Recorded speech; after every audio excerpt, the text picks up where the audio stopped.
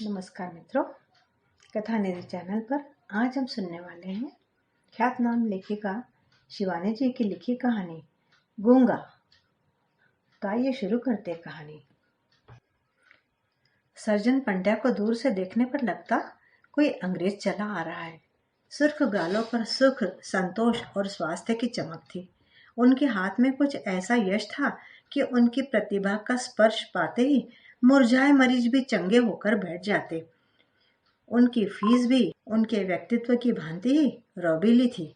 ऐसा वैसा व्यक्ति तो उनकी फीस सुनकर ही पीला पड़ जाता, पर रोगी के पीले चेहरे से भी उनकी आंखों में करुणा नहीं उभरती। कभी कभी कभी तो वे अपनी विकट फीस में थोड़ा सा अंतर भी कर देते थे, बशर्ते मरीजा सुंदरी हो या मरीज किसी मौलिक बीमारी का नमूना हो। पर असंख्य रोगियों को जीवन दान देने वाला यह अनोखा मसीहा अपनी ही पत्नी का इलाज नहीं कर सका था। एक ही पुत्री को जन्म देकर उसकी पत्नी सौर में ही पगला गई थी और सर्जन उसे ठीक नहीं कर पाए थे। 16 वर्ष से वह आगरा के पागल खाने में पड़ी थी। बीच बीच में सर्जन उसे देखने भी जाते थे और कुछ लोग तो कहते थे कि वह उतनी पागल थी नहीं कि उसे घर न लाया जा सके। पर सर्जन कभी लौटकर पत्नी के उन्माद का प्रसंग भी पुत्री के सामने नहीं छेड़ते और न ही पुत्री कुछ पूछती। सर्जन की कन्या का नाम था कृष्णा। रंग था गेहुआ, पर मुखश्री अनुपम थी। सघन कृष्णवेणी को वह ढीली ढाली गूंथ कर पीठ पर डाल देती। माँ के अभाव को पिता के स्नेह ने कभी खटकने नहीं दिया था। देख रेख की लगाम तो थी नहीं, पर पिता का शासन कड़ा था। कृष्णा ने पढ़ाई के साथ संगीत और नृत्य की शिक्षा भी प्राप्त की। पैरों में घूंघर बांधते ही वह स्वर्ग की अप्सरा बन जाती।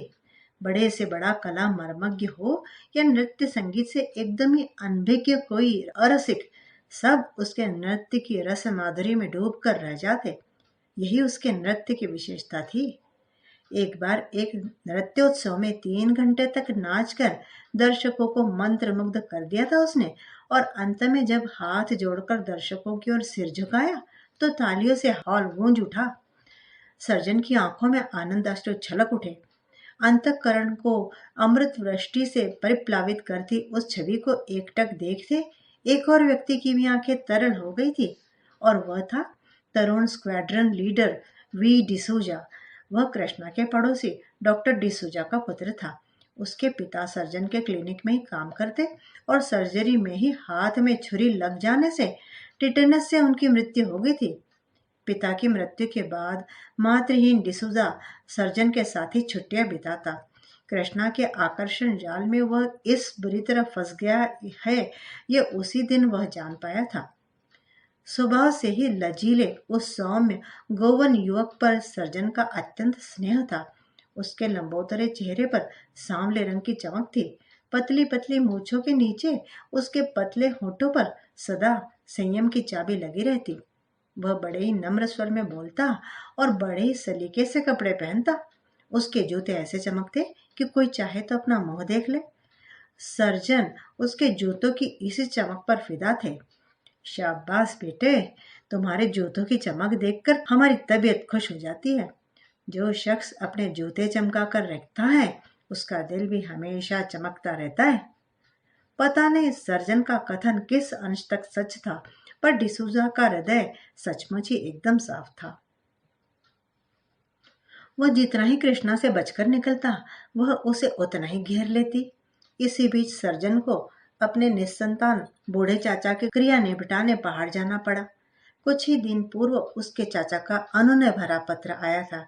मैं मरणासन्न हूँ, मेरी मृत्यु के बाद जैसे भी हो मुझे पीपल पानी कर जाना, नहीं तो मेरी आत्मा भटकती रहेगी।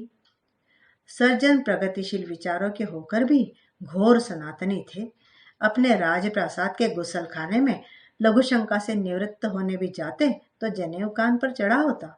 चाचा की आत्मा को तो उन्होंने भटकने से बचा लिया, पर पुत्री की आत्मा भटक गई।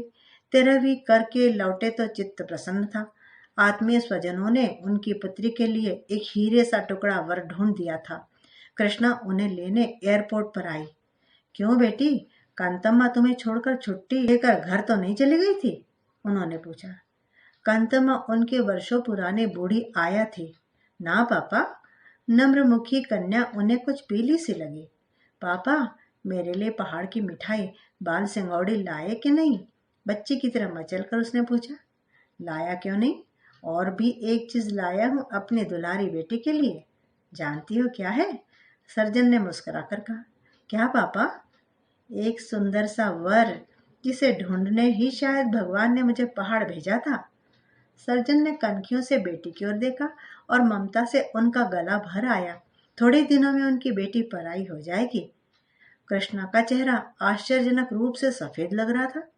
वह पहले गुमसुम हो गई, फिर अचानक दृढ़ स्वर में बोली, आपको मेरे लिए वर ढूंढने की जरूरत नहीं है, मैंने वर ढूंढ लिया है।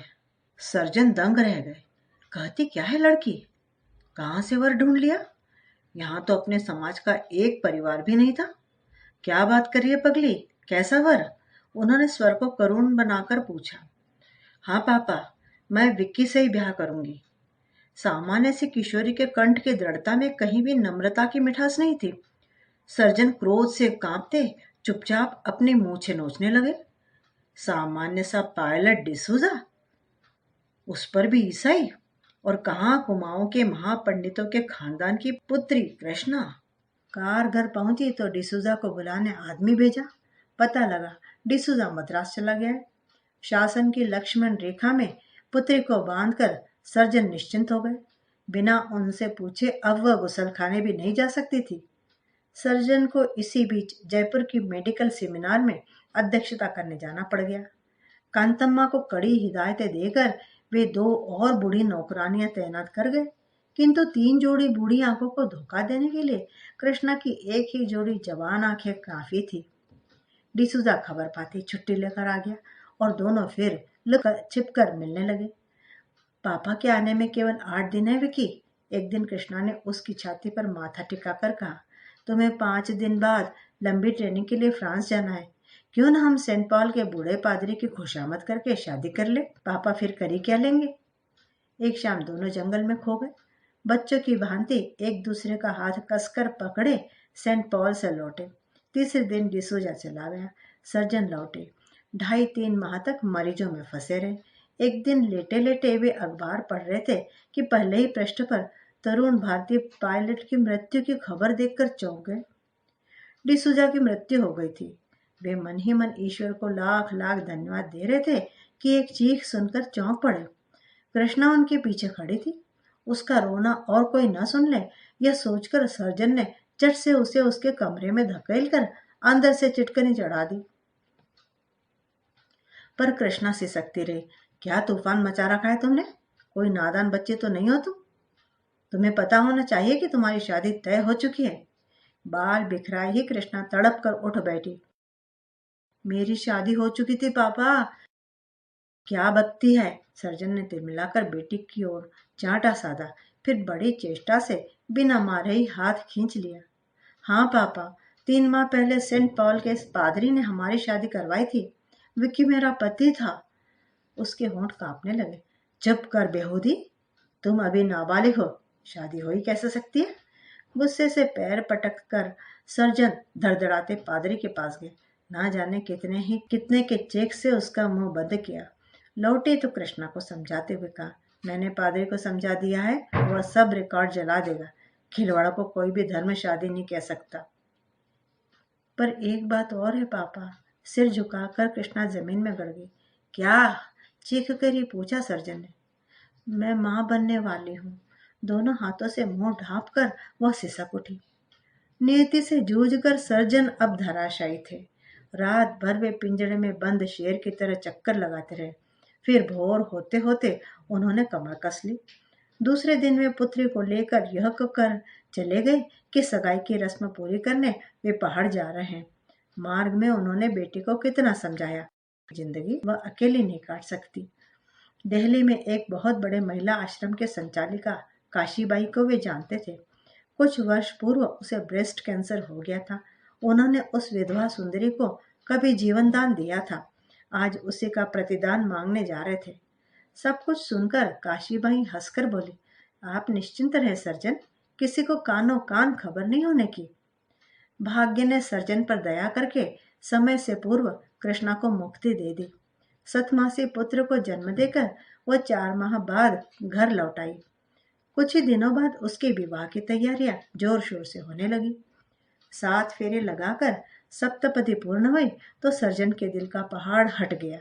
काशीबाई पर उन्हें पूर्ण भरोसा था और किसी को कानो कान कुछ खटका भी नहीं हुआ था। धीरे धीरे समय बीतता गया। विवाह को अब 6 वर्ष पूरे हो गए थे। कृष्णा के एक 5 वर्ष का पुत्र भी था, किंतु अभी भी उसके सौंदर्य में वही अल्लड़ सा भोलापन था। वह नृत्य का निरंतर अभ्यास करती थी। उसके ओडिशी और भरतनाट्यम की ख्याति राजधानी तक पहुंची और महारानी के स्वागत समारोह में उसे आग्रह पूर्वक आमंत्रित किया गया। वह अपने पति और पुत्र के साथ ही आई थी, क्योंकि ठीक 7वें दिन उसके पति को वॉशिंगटन दूतावास में सेक्रेटरी के पद का भार ग्रहण करने पहुंचना था। दुर्भाग्य से ठीक नृत्य समारोह के दिन ही राजीव को तेज ज्वर हो आया। इकलौता जिद्दी लाडला माँ के गले में अपनी ज्वराक्रांत तपती बाहें डालकर झूल गया। नहीं मम्मी, तुम यहीं रहो। बड़ी कठिनता से एक इलेक्ट्रिकल ट्रेन और चॉकलेट का उत्कोच देकर कृष्णा को छुट्टी मिल पाई। उस दिन के नृत्य प्रदर्शन ने उसके गले में कीर्ति की जयमाला डाल दी। स्वयं महारानी एलिजाबेथ ने उसके दोनों हाथ पकड़कर उसे बधाई दी। प्रशंसा और तालियों के नशे में झूमती हुई वो पति के साथ कार में लौट रही थी कि सर्र से महिला आश्रम के पास से कार गुजर गई। एक पल ही में उसकी सारी प्रसन्नता उड़ गई। जिस गांव की सूखी पपड़ियां तक झर गई थी, वही आज नासुर बन गया था। घर पहुंची और बच्चे को छाती से चिपटा कर लेट गई, पर सो न सकी।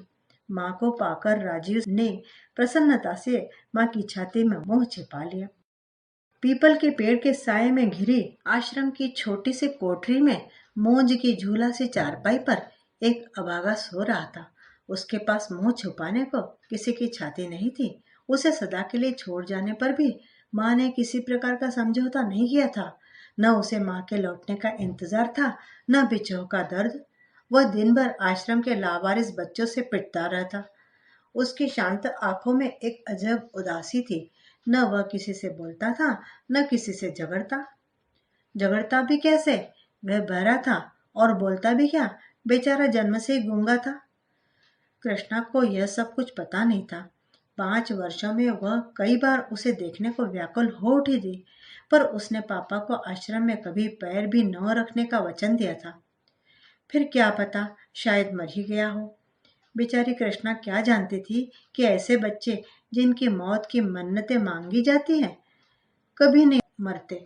जाते हैं वे जिनकी जिंदगी की भीख के लिए दामन फैलाए जाते हैं। सोमवार को उसे विदेश जाना था।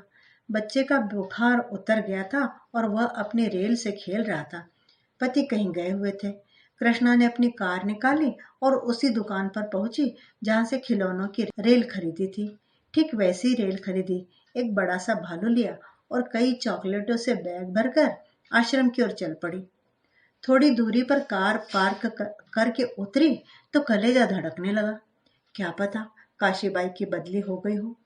साहस कर भीतर गई तो काशीबाई गेट पर ही मिल गई। ओह तुम, वाह, आओ आओ, दफ्तर ही में बैठते हैं। हाथ पकड़कर वह उसे भीतर ले गई। कहो, आज बहुत दिनों में याद किया। स्वर का तीखा व्यंग कृष्णा के हृदय के घाव पर नमक छिड़क गया। आती कैसे, पापा को वचन दिया था, कहकर कृष्णा ने माथा झुका लिया। क्या उसे देखोगी? बड़ी आत्मीयता से काशीबाई आगे को झुक गई। सिर झुकाकर कृष्णा ने मौन स्वीकृति दे दी। देखो कृष्णा, बुलवा लेती हूँ, पर जरा अपने दिल पर काबू रखना। वह अभागा गूंगा है। ये नौकरानियां साली बड़ी हरामी है। जरा भी शुभा होगा तो ब्लैकमेल करना जानती है वे। पूरन देई, कहकर उसने घंटी बजाई।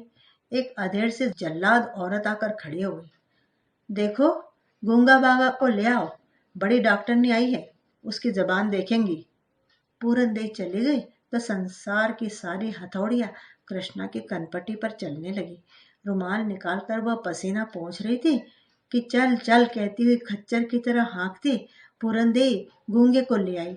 वह शायद किसी मंगनी की कमीज पहने था, जिसकी बाहें उसके हाथों से बहुत नीचे लटक रही थी, या शायद कमीज की लंबाई महज इसलिए बढ़ा दी गई थी कि जीर्ण निक्कर ने नीचे के अंगों की लाज ढकने से एकदम ही इनकार कर दिया था। तैयार क्यों नहीं किया इसे? सक पकाकर काशीबाई ने पूरनदेवी को डांटा। जिद्दी कैसा ही हरामी, कितना कहा कपड़े बदल ले, माने तब ना। पूरनदेवी आग्नेय दृष्टि से गूंगे को भस्म कर बाहर चली गई। कृष्णा की सजल आंखों में नन्हे राजीव का चेहरा नाच उठा, जिसके 100 नखरे उठाते हुए वह आया और उसके पति हार हार जाते थे।